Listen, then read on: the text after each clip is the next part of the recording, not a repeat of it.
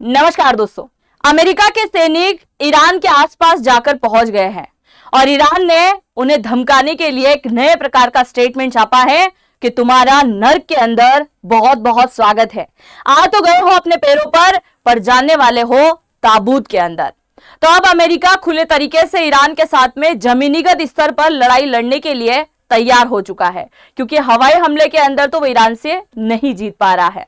इधर पाकिस्तान पूरी दुनिया को दिखाने की कोशिश कर रहा है कि उससे ज्यादा शांति दूत वाला देश तो और कोई हो ही नहीं सकता, क्योंकि मैं चाहता हूं कि अब ये युद्ध रुक जाए और इसके लिए कई प्रकार की मीटिंग भी कर रहा है, जिसे बेंजामिन नेतन्याहू सोच रहा होगा खेलते रहो मीटिंग मीटिंग अलुआ मीटिंग।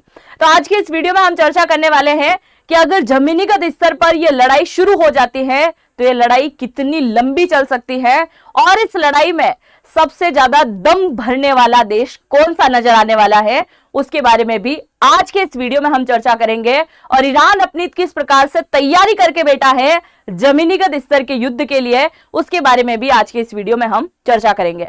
शुरुआत करते हैं आज के इस वीडियो की। मेरा नाम है अंजलि और मैं आप सभी का स्वागत करती हूं एग्जाम नारी के यूट्यूब प्लेटफॉर्म पर। सबसे पहले आप जरा यहां पर देखिए, आज खबर निकल के आती है दोपहर में जो वाकई में चौंकाने लायक होती है। अमेरिका के सैनिक मिडिल ईस्ट के अंदर पहुंच गए हैं और एक दो नहीं बल्कि 3500 की संख्या में पहुंचे हैं और भी लगातार वॉरशिप जो है अमेरिका से निकल चुके हैं, वो भी लगातार आ रहे हैं। जैसे ही ईरान को इस प्रकार की खबर मिली कि ईरान के आसपास अमेरिका के सैनिक आ पहुंचे हैं, तो ईरान ने उन्हें डराने के लिए अपने न्यूज़पेपर के अंदर बड़े बड़े शब्दों में छापा है, नर्क के अंदर आपका स्वागत है। क्या लिखा है? नर्क के अंदर आपका स्वागत है। इस प्रकार से फ्रंट पेज के ऊपर ये पूरा का पूरा छाप दिया और लिखा है कि तुमने यहां आने की कोशिश तो कर ली है, अगर लड़ाई होती है तो तुम ताबूत के अंदर वापस जाने वाले हो। मतलब ईरान अब इनमें से एक को भी जीवित यहां से नहीं जाने देगा।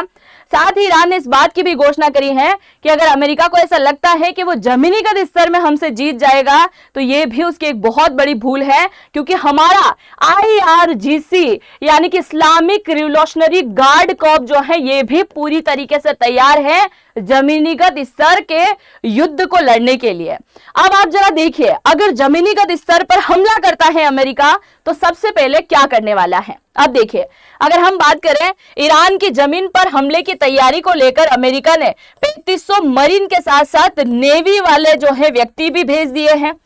और यहां इनको कौन लेके पहुंचा है? तो USS त्रिपोलिया। ये क्या है? तो ये त्रिपोली, माफ कीजिएगा, USS त्रिपोली जो है ये क्या है? अमेरिका का वॉरशिप है, जिसके अंदर बैठकर ये सारे के सारे अमेरिकी सैनिक यहां पर पहुंचे हैं। अब अमेरिका सबसे पहली कार्यवाही क्या करेगा? ईरान की अगर हम बात करें, जैसे ये रहा ईरान और ईरान के आसपास ये वाला बॉर्डर वाला जो इलाका है, इस बॉर्डर वाले इलाके में अगर किसी प्रकार के मिसाइल सिस्टम लगे हुए हैं, किसी प्रकार के यहाँ पर हथियारों के बड़े बड़े जाखिरे रखे हुए हैं, तो सबसे पहले इनको निशाना बनाने की कोशिश करेगा अमेरिका। अगर ये निशाना बन जाते हैं तो दूसरा इनका पॉइंट है ईरान के ठीक इस तरफ फारस की खाड़ी में अगर हम चले तो वहां पर एक द्वीप है जिसका नाम है खर्ग द्वीप, जहां से ईरान क्या करता है 80 से 95% ऑयल को एक्सपोर्ट करता है दूसरे देशों के अंदर, जहां से ईरान की अर्थव्यवस्था चलती है। उस खर्ग द्वीप को कब्जाने की कोशिश करेगा, क्योंकि अब तक अमेरिका ने खर्ग द्वीप के ऊपर बने हुए 90 से ज्यादा ठिकानों के ऊपर हमला कर दिया था। ईरान के 90 से ज्यादा ठिकाने बने हुए खर्ग द्वीप के ऊपर जो उनकी रक्षा करते हैं, जिसके ऊपर अमेरिका कई बार हमला कर चुका है। तो अमेरिका का पहला टारगेट होगा आसपास जितने भी जाखिरे हैं हथियारों के, उन्हें तहस नहस करना, मिसाइलों के जो जाखिरे हैं उनके ऊपर कब्जा करना, फिर खर्ग द्वीप के ऊपर कब्जा करने की ये कोशिश करेगा। और ऐसे करते हुए अमेरिका बोल रहा है कि ये जब तक होगा तब तक तो मिलिट्री एक्शन ही चलेगा, यानी ये भी वॉर नहीं है। अमेरिका ने कल भी बोला था कि हम जो कर रहे हैं वो कोई युद्ध नहीं है, हम तो केवल मिलिट्री एक्शन ले रहे हैं, है ना, मिलिट्री ऑपरेशन हो रहा है। तो ये बोल रहा है इतना सब कुछ होगा, वो भी मिलिट्री ऑपरेशन होने वाला है। और अगर सीधे तरीके से युद्ध शुरू होता है तो फिर अमेरिका उसके मिसाइल, ड्रोन और हवाई सिस्टम जो है उन सब के ऊपर कब्जा करने की कोशिश करेगा, उन्हें पूरा कंट्रोल करने की कोशिश करेगा। और ये सारी चीजें होगी तो इसका मतलब ये नहीं है कि ईरान चुपचाप बैठकर देखेगा कि ठीक है अमेरिका वाले कर रहे हैं, कुछ गलत तो नहीं कर रहे होंगे, सही कर रहे हैं। ऐसा नहीं है। जब ऐसी सारी चीजें हो रही होगी तो ईरान के अंदर बैठी हुई IRGC पूरी तरीके से एक्टिव हो जाएगी, वो भी हमला करेगी, मिसाइल सिस्टम से एक्टिव होकर हमला करेंगे। और पहली बार ईरान का जो ज्योग्राफिकल पार्ट है ना, ईरान के इस वाले इलाके में घुसना भी बहुत बड़ी बात है, क्योंकि जैसे ये जहाज लेकर यहां तक पहुंचेंगे, यहां पर मिसाइल लॉन्चर लगा रखे हैं, यहां से सीधा उन जहाज को फोड़ देंगे। अमेरिका के सैनिक ईरान के अंदर घुस ही नहीं पाएंगे, ये भी एक बहुत बड़ी दुविधा है। दूसरा, अगर घुस भी गए तो जो हूती बैठे हुए हैं दूसरे देशों के अंदर, यानी हूती जो यमन के अंदर बैठे हुए हैं, वो पीछे से अटैक करेंगे। और हिजबुल्लाह की अगर हम बात करें, जो लेबनान के अंदर बैठे हुए हैं, वो अलग प्रकार से अटैक करेंगे। और इराक की बात करें, इराक के अंदर भी ईरान के समर्थक बैठे हुए हैं, वो भी अलग से अटैक करेंगे। यानी एक साथ कई सारे क्षेत्र में लड़ाई शुरू हो जाएगी। और जब ये संगठन आपस में लड़ाई शुरू करेंगे तो ये वॉर जो है पूरे मिडिल ईस्ट में फैलना शुरू हो जाएगा। और फिर अमेरिका का समर्थन करने के लिए सऊदी अरब और जितने भी मिडिल ईस्ट के देश जो अब तक अमेरिका का सहयोग करते आए हैं, वो भी सीधे तरीके से इस युद्ध के अंदर शामिल हो जाएंगे। और एक और सबसे बड़ा पॉइंट ये है कि ये जो जंग होगी ना, ये कोई खुले मैदान के अंदर नहीं होगी। यहां पर ईरान का सबसे बढ़िया प्लस पॉइंट यही है, क्योंकि ईरान की ज्योग्राफी ईरान के लोगों से बेहतर और कौन जानता है। ईरान खुले जंग में इसको, मतलब खुले मैदान में इसको लड़ाई नहीं लड़ेगा। ईरान की जो ज्योग्राफी है वो उबड़ खाबड़ पहाड़ बने हुए हैं, है ना, कहीं पहाड़ में छुप गए, कहीं गुफाओं में छुप गए। तो ईरान की जो जनता और सेना जो वार करने के लिए आ जाएगी, वो क्या करेगी, सीधा छुप छुप के गुरिल्ला वार भी यहां पर कर सकती है। तो ये इसके लिए एक बहुत बढ़िया जो है पॉइंट रहने वाला है। बाकी ये वही वाली बात होगी जिस प्रकार से अमेरिका ने अफगानिस्तान के अंदर ऑपरेशन चलाया, कई सालों तक अमेरिका के सैनिक वहां पड़े रहे और अंततः एक दिन उनको भागना पड़ा, जाना पड़ा। ऐसा ही ईरान के अंदर होता हुआ आपको दिखाई देने वाला है। इसके साथ ही आप देखिए, अभी मिडिल ईस्ट के अंदर जो वॉर चल रहा है, उससे लेकर एशिया का अगर सबसे ज्यादा परेशान कोई देश है तो वो है पाकिस्तान। अब देखिए, वो देश जो आए दिन हमको धमकी देता रहता है कि हम परमाणु संपन्न हैं, अगर अमेरिका ने हमारे ऊपर हमला किया तो हम भारत के ऊपर हमला कर देंगे, दिल्ली मुंबई के ऊपर अटैक करेंगे, ऐसे स्टेटमेंट देता है। और आज वो शांति दूत बनकर 3 देशों के विदेश मंत्री को बुलाकर इस्लामाबाद के अंदर बैठक करवा रहा है 15 पॉइंट को लेकर कि ईरान के अंदर शांति हो जाएगी, परमाणु नहीं बनाएगा, मिसाइलें नहीं बनाएगा, ये शर्तें मान लेता है तो युद्ध रोक देंगे। ईरान बोल रहा है तुम्हारी बात मानना ही नहीं है, जाओ तुमको जो करना है कर लो।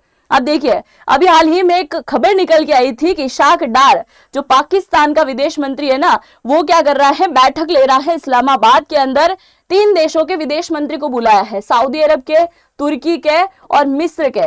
ये सब मिलकर डिसाइड कर रहे हैं कि अब आगे क्या करने वाले हैं, है ना, कि ईरान का युद्ध कैसे रोके, अमेरिका को कैसे समझाए, ये सारी चर्चा चल रही है। अब ये चर्चा चल रही होगी, एक साइड कॉर्नर पर बैठकर बेंजामिन नेतन्याहू हंस रहा होगा। बेंजामिन नेतन्याहू की तरफ से स्टेटमेंट आ रहा होगा कि करो करो अलुआ मीटिंग करो, है ना, मीटिंग अलुआ मीटिंग तुम्हारी चलने दो, और जब मेरी सटक जाएगी तो मैं किसी भी दिन तुम्हारे ऊपर अटैक कर दूंगा। है कि नहीं? क्योंकि आप जरा सोचो, जितना बड़ा सनकी ट्रंप है उससे कई गुना संकी है बेंजामिन नेतन्याहू। इतना संकी क्यों? क्योंकि इनके माइंड में जो आ जाए ना वही करके रहेंगे। क्योंकि बेंजामिन नेतन्याहू अभी किस प्रकार से बिजी है, लेबनान के अंदर कब्जा करने के लिए बिजी है। लेबनान की खबर तो आ ही नहीं रही है। अब इधर ईरान, इजराइल, अमेरिका, इन सभी चीजों को हम देख रहे हैं, पर इजराइल लगातार लेबनान के ऊपर अटैक कर रहा है और लेबनान की कई सारी जमीन के ऊपर ये कब्जा कर चुका है, तो अभी कब्जाने में बिजी है। और जब इनका मूड खराब होगा कि ठीक है इधर कब्जा लिया है, अब वापस अटैक कर दो ईरान के ऊपर, तो कोई नहीं रोक सकता। पाकिस्तान से चुप होगा क्या भाई? ये सीधा क्या करेगा, अटैक करेगा और सीधा यही बोलेगा तुम्हारी मीटिंग गई पानी में। अब देखो, ये यहां पर हमला कर सकता है।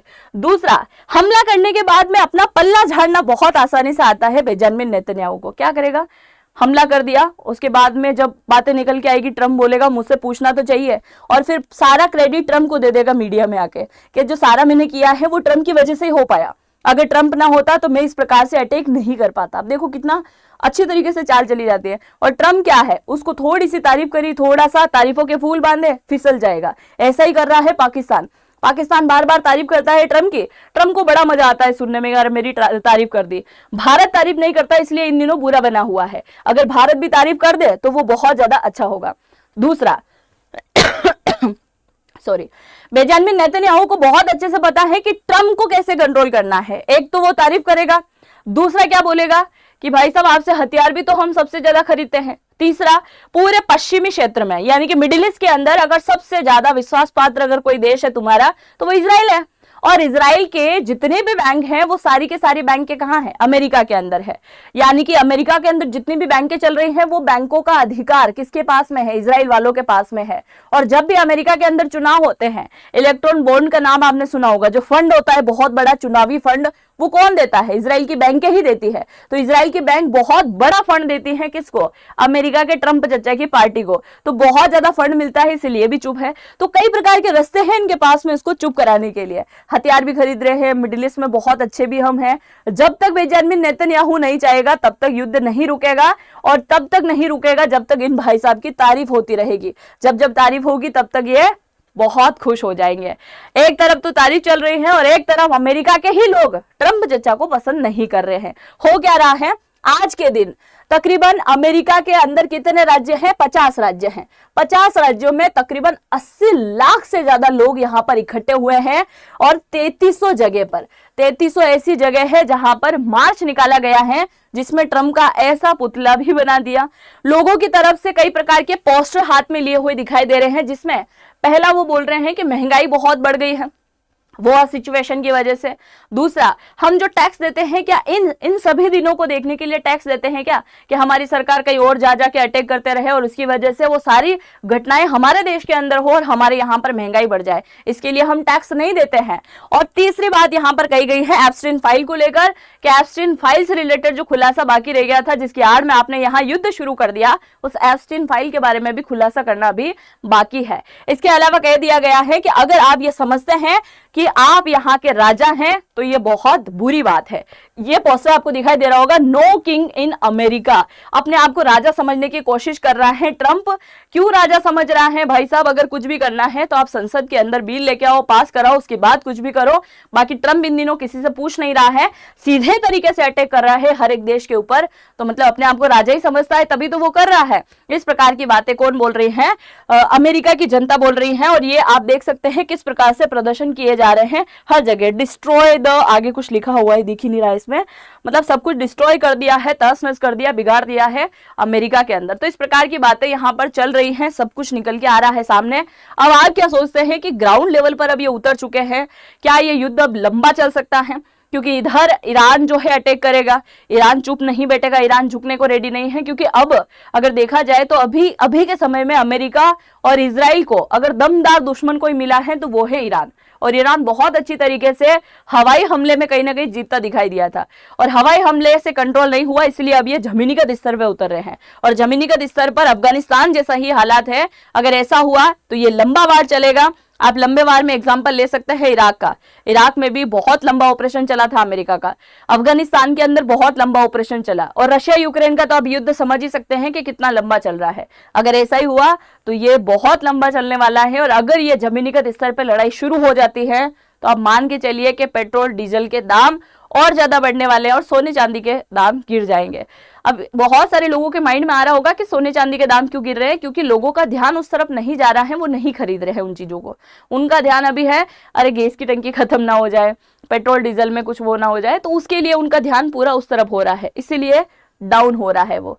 बाकी ये वॉर खत्म हुआ, ये वापस अप हो जाएगा, तो जिसको खरीदना है खरीद लेना। खैर वो थोड़ा टॉपिक से हटकर बात है, पर बाकी आप इस बात को जरूर से समझिएगा, अगर ग्राउंड लेवल पर भी ऑपरेशन होता है फिर भी ईरान को बहुत अच्छे से पता है, क्योंकि उसका पूरा जमीनीगत स्तर बहुत अलग तरीके से बना हुआ है, तो वो वहां पे भी अमेरिका को मजा चखा सकता है। आप जो भी सोचते हैं अपनी राय को लिखिएगा, और इंस्टाग्राम पे अगर मुझे फॉलो करना चाहे तो अंजलि वॉइस के नाम से आपको मेरी आईडी मिल जाएगी, आप मुझे यहां से फॉलो कर सकते हैं। आप सभी लोगों का बहुत बहुत धन्यवाद। और अगर आप जनरेटिव एआई को सीखना चाहते हैं तो इसी वीडियो के कमेंट सेक्शन में पहला कमेंट एग्जाम नारी के नाम से पिन कर रखा है, उस पर जाके टैप कीजिएगा। नाम, मोबाइल नंबर, ईमेल आईडी आपको डालना है, और डिस्काउंट प्राप्त करने के लिए नारी 100 कोड का आपको इस्तेमाल करना होगा, जिससे आपको अच्छा खासा डिस्काउंट यहाँ पर मिल जाए। आई होप मैंने जो जानकारी दी है वो आपको समझ आई होगी। अपने दोस्तों के साथ में भी साझा जरूर से कीजिएगा। चैनल पर पहली बार आए हैं तो सब्सक्राइब करना मत भूलिएगा। मिलता है नेक्स्ट वीडियो में। जय हिंद, जय भारत।